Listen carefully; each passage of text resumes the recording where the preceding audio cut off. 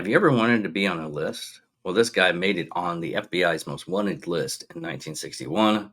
We're going to talk about Edward Edwards. Welcome, angry, faithful. Yes, today we're going to talk about Edward Wayne Edwards. Three names. So, serial killer, right? That's one of the trifectas.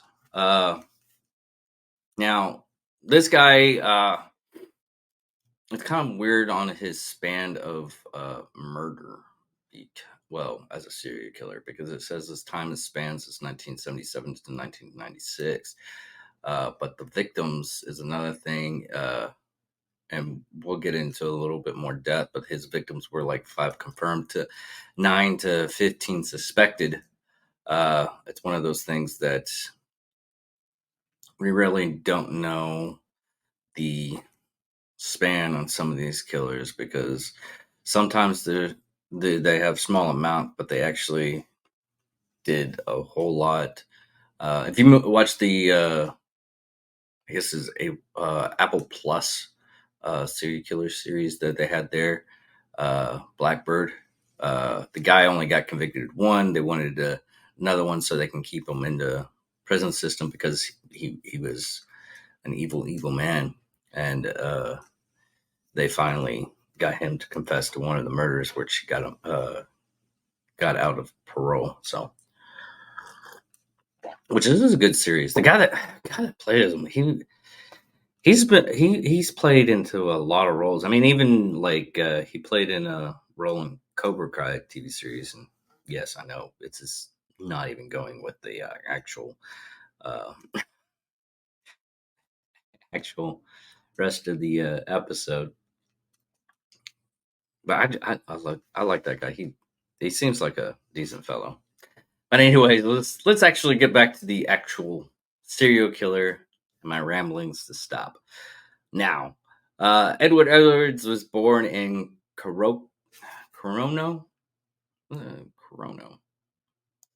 Let's make sure. Stephanie Hawkins, because Stephen Hawkins apparently went to the island Akron. Okay, Akron, Ohio, in 1933. In his autobiography, Edwards wrote that he grew up in an orphanage and he was abused both physically and emotionally by the nuns there. Edwards was allowed out of juvenile detention to join the U.S. Marines, but eventually went AWOL and was dishonorably discharged. He traveled frequently in his 20s and 30s, working as a ship docker, vacuum cleaner, retailer, handyman, among other sordid jobs. In 1955, Edwards escaped from a jail in Anchorage. Anchor. This city's name's gonna mess me up, and it's only in there a couple of times. Akron, Jesus. Well, no, if you actually follow the series, my reading is now good. Anyways, drifted around the country robbing gas stations. He wrote that he never disguised himself during these crimes because he wanted to be famous. After spending several years as a fugitive, he was placed in the FBI's 10 most wanted list in 1961, following a 1960 escape from a Portland, Oregon jail, where he had been held on suspicion of impersonating a federal officer. After his 1962 capture, he was imprisoned in USP Leavenworth, for which he was paroled in 1967. Edwards claimed that that the influence of benevolent guard at Leavenworth reformed him. He married and became a motivational speaker. Edwards appealed and Tevin showed to tell the truth in 1972. And What's My Line? He wrote an autobiography, The Memphis of a Metamorphosis of a Criminal, The True Life of Ed Edwards in 1972. By 1982, he had returned to crime and was imprisoned in Philadelphia for 2 years for arson. Between 1974 and 2009, Edwards lived in more than a dozen different states. When not incarcerated, according to his daughter April, used many false names. In 1993, letter to the FBI found in his papers, Edward requested his criminal and history records for cities in 19 states, claiming that J. Edgar Hoover more or less gave me permission to proceed. Oh, wow. With his 1972 autobiography, after I assured him that there was nothing in it bad about the FBI. And he was writing a new book about criminals he had met while incarcerated, such as Tony Provozo, Charles Manson, and Jimmy Hoffa. The first murders, talking about the first murder, for which Edwards was convicted, took place in Ohio in 1977. William Billy Lebenko, 21, of Danielstown, Ohio, and his girlfriend Judy Stoblips, 18, of Sterling, Ohio, had been dating 8 months when Stubbs' car was found in a parking lot in the lot of the Silver Creek Meadow Park in August 7th, 1977. Her purse and shoes inside. Family members gathered in the lot the next day at Norton Police Station, uh, aided by the National Guard helicopter in search the high weeds. There they found Lavoca and Strubov lying on the ground, shot point blank range with a 20 gauge shotgun. He received a life sentence for these crimes in 2010. The second pair of murders, another double homicide, occurred in Concord, Wisconsin in 1980, when Tim Hack and Kelly Drew were stabbed and strangled. These were referred as the Sweetheart murders. Edwards had been questioned at the time, but there was no basis to hold him. Almost 29 years later, his connections to the crime was established by DNA testing. Edward's own child, April Velasco, tipped off police about his possibility involvement. Edwards confessed in the 1996 murder of his foster son, 25-year-old Dante Boy Edwards, in Borton, Ohio. The victim had lived with Edwards and his family for several years. Danny, is it Danny or Dante?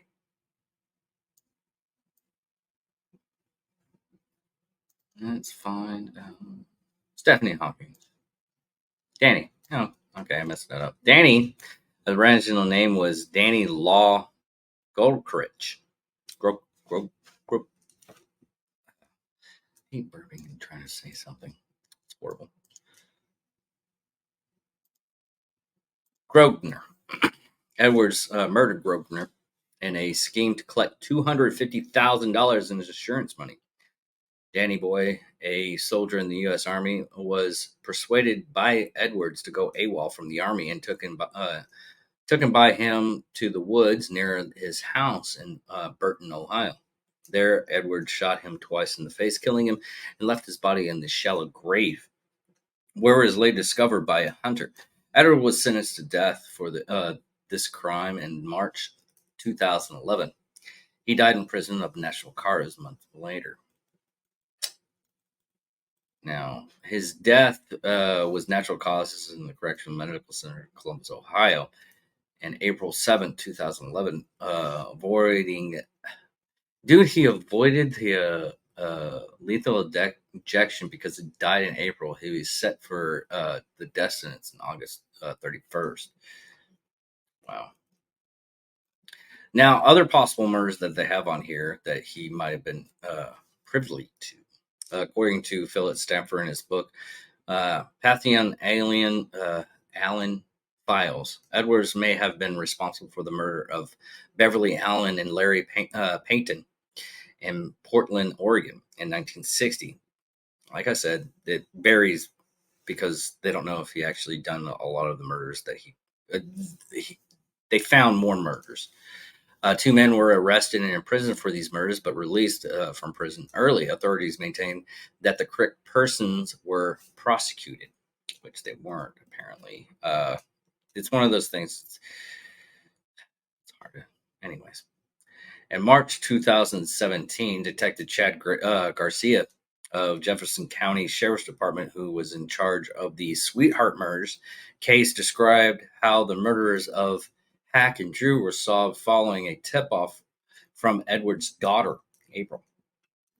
Garcia said he was pretty confident there was at least 5 or 7 more murders committed by Edwards. Who knows beyond that? He gave a list of 15 confirmed and suspected victims, adding that he was less sure Edwards was involved in the Zodiac killings. They just still don't know who the killer of the Zodiac. No, they still don't. Retired homicide detective John Cameron suspected Edwards was responsible for several high-profile cases, including the Zodiac killers in the Bay Area of California and murders of John Benet Ramsey. However, his claims have been proven highly controversial. Man, we went over that case, and that was a weird case. In the media, in October 1972, Edwards appeared in a television game show To Tell the Truth, claiming to be reformed and denying having committed any murders, which by that time frame he probably did. Former police detective and cold case investigator J.A. Cameron published a true crime book, It's Me, Edward Wayne Edwards, the serial killer you never heard of. And in 2014, claiming along with other murders Edwards hadn't confessed to, and that Edwards was the Zodiac killer. The book Cameron's claims where he met many of almost universal disdain, especially for the law enforcement. In 2017, A&E broadcast program describing the murders of Tim Hack and Kelly Drew.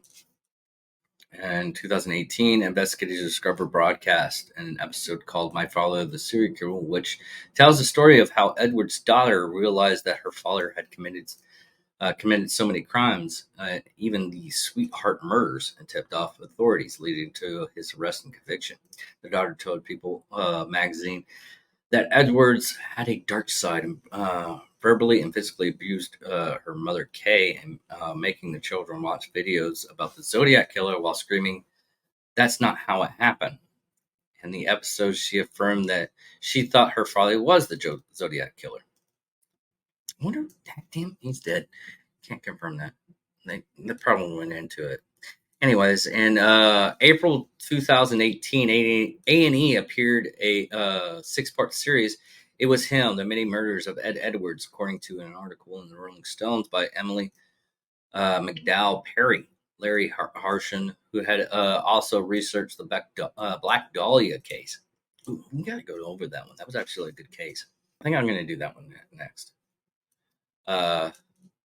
Cameron used use of a website which Cameron believed that the authorities by Edwards Cameron efforts to reach out to Kathleen Zener, attorney for Stephen Avery, were unsuccessful. And Stephen Avery was a convicted murderer who had previously been wrongfully convicted of the 1985 of sexual assault attempted murder. After 18 years of a 32-year sentence, Avery was exhorted by DNA testing. But in an email, Zeller doubted that Edwards could have murdered Teresa Hallblich, while citing no evidence which definitely excluded him. McDowell Perry claimed that Cameron established his theories in the A&E documentary, citing the lack of evidence that the Zodiac killer's hood was made of leather, but also noted that the detective Chad Garcia agreed that Edwards had committed more than 5 murders in which he was convicted. And that's about it. Man, I wonder.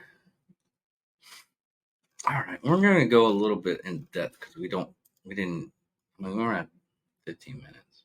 So I'm going to go into something real quick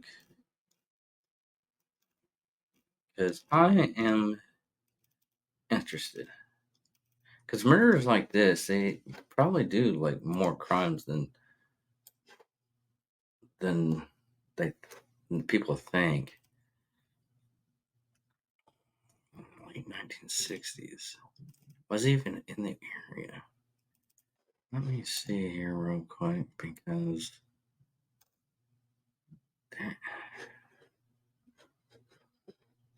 okay, he was responsible for the murders of Portland, Oregon in 1960s. 60. Two men were okay. So, okay. Here's what. No, it couldn't have been him. Edwards was actually captured in 1962, what we've already went over, and in which he was also paroled in 1967. Now, the Zodiac killing, oh shit, I might be wrong. It happened in 1968 and 1969. So he was released from prison. But, okay. Okay, he was reformed. He was in that area because he did that television show, but that was in 1962. There's no time frame where he was a motivated speaker. I can't get a confession of him. I mean, there's a lot of stuff that be, but we have to figure out. Let me go over something else. See if I can get a definitive. I'm gonna do a little bit more research on this guy. I know I only did like 18 minutes on this. I got a lot of stuff to do, and hopefully we can get a lot of other guests on some other stuff. But that's interesting. It is so interesting. I'm reading this stuff, and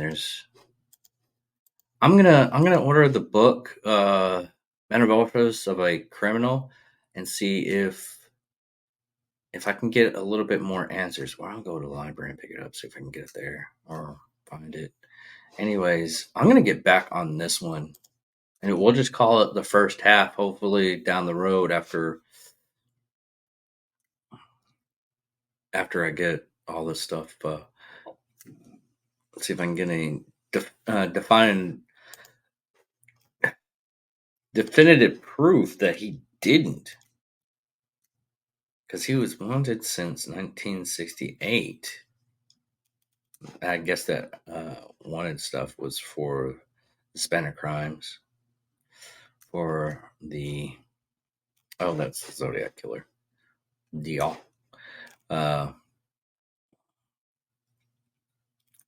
They had a couple of suspects for that, which we went over on the Zodiac Killer one.